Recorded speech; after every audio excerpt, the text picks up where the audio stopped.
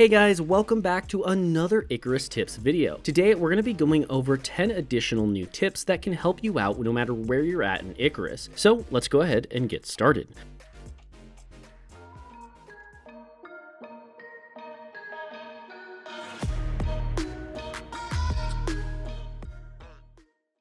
First up is the fact that you can actually melt ice into water inside your campfire. You do need a bottle to hold the water, but other than that, this is a very simple tip that is very powerful and has saved me a number of times. So if you happen to be in the snow biome or just happen to have some ice on you and need water in a pinch, don't forget that this is an option.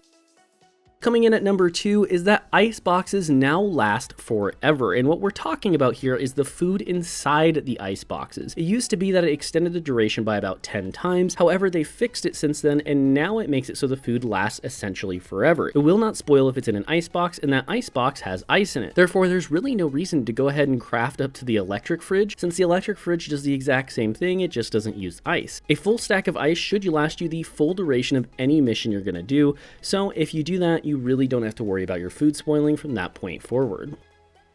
Coming in at number 3 is that you want to take a full stack of old food that is starting to decay and then stack it onto one single new piece of food. This will cause it to all move over and reduce the amount of things that are decaying. You can then rinse and repeat this process to make several things stop decaying and save yourself a ton of food. This has worked several times in a pinch for me. I know it's a little weird, but just watch what we're doing on screen and it should make sense.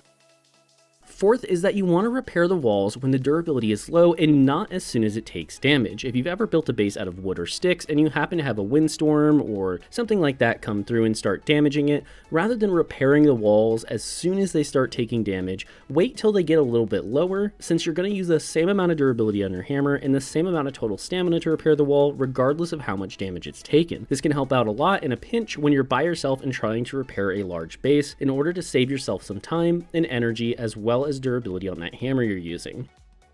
Fifth on the list is that you can use Alt to look 360 degrees around yourself. It is worth noting this can only be done in third person. I don't know if that's a bug right now or something. However, it is a thing and it can be very useful when you're trying to dodge bears and wolves and other various animals when you're out in the wild. I like to use this a lot just for that single purpose because I can also continue moving in the direction I'm running without changing it. This is essentially just a free look from any other game, but again, it can only be used in third person. Sixth is that when you place the Potbelly stove, you may notice that you have to have no roof above it. If you have this happen, that's perfectly fine. Go ahead and place it down and then place the roof above it, and it should still function perfectly normal. I think this is a bug right now, so we don't know how long this tip is going to be useful. You'll have to give it a try in game, but at this point in time, because the Potbelly stove is too tall and you can't have a roof above it when you place it, you just have to place it and then put the roof above it, and it should have no issues whatsoever.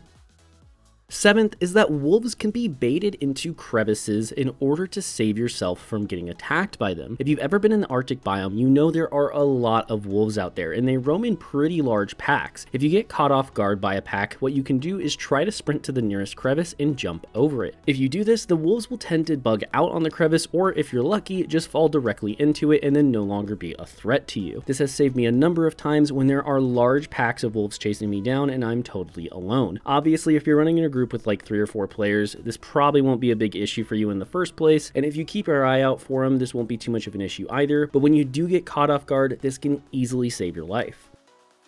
Eighth is that you can get out of snowstorms by simply jumping into those big snow pits. Now you do have to be careful. Usually the spot you're looking for is going to be way at the bottom, or it's going to be underneath the actual little snow bridges above the snow pits. And when you find it, there's going to be a little spot where it just gives you shelter. This will protect you from the storms. And yes, you can use caves if you can find them. But if you're anything like me, when you're in a pinch, the caves seem to never be around. So all you need to do is go look for one of those large pits, as a lot of the times there is a little tiny spot in there that is considered sheltered and will protect you from the storm. Alrighty, we're almost there with number 9, which is that you will only get roughly about 1/3 of the normal XP while you're in your outpost. I've seen a lot of people talking about trying to grind XP in their outpost because it's safe and there's nothing that can really hurt you, but at the end of the day, that is really not what you should be doing. I mean, if that's what you want to do, that's fine, but at the end of the day, you're only going to get about 1/3 of the normal XP you would get compared to just playing in any normal mission. I think this is because they're trying to make it so people don't sit in their outpost all day and actually go out and do their missions. 10th is that you can join friends on missions regardless if you have the mission unlocked or not. So let's say person A has this mission unlocked all the way at the end of the mission tree, and you're a brand new character level 1. Well, guess what? You can join them on that mission. Regardless of where you're at in the mission tree, as long as one player has the mission unlocked, everybody can jump in and join no matter where they're at in their playthrough. This is extremely useful when you have new players that want to see maybe like what endgame's about, or maybe just haven't had the time to grind up to where you're at yet. This way they're able to join you and maybe see like a boss battle or something or whatever. I've personally found this to be one of the best features in the game, as it allows friends who are brand new to the game to be able to play with me on those later missions so that we're both benefiting in some way. With all that being said, I'm Game Advisor. Thank you so much for watching this video. For more Icarus and other survival game content, consider subscribing to our channel and hitting that notification bell. We put out new videos all the time, so if you're into that kind of stuff, maybe just consider checking out some of the other videos on our channel and see if it's something you'd enjoy. Thank you so much for watching once again. I'm Game Advisor, and I'll see you next time.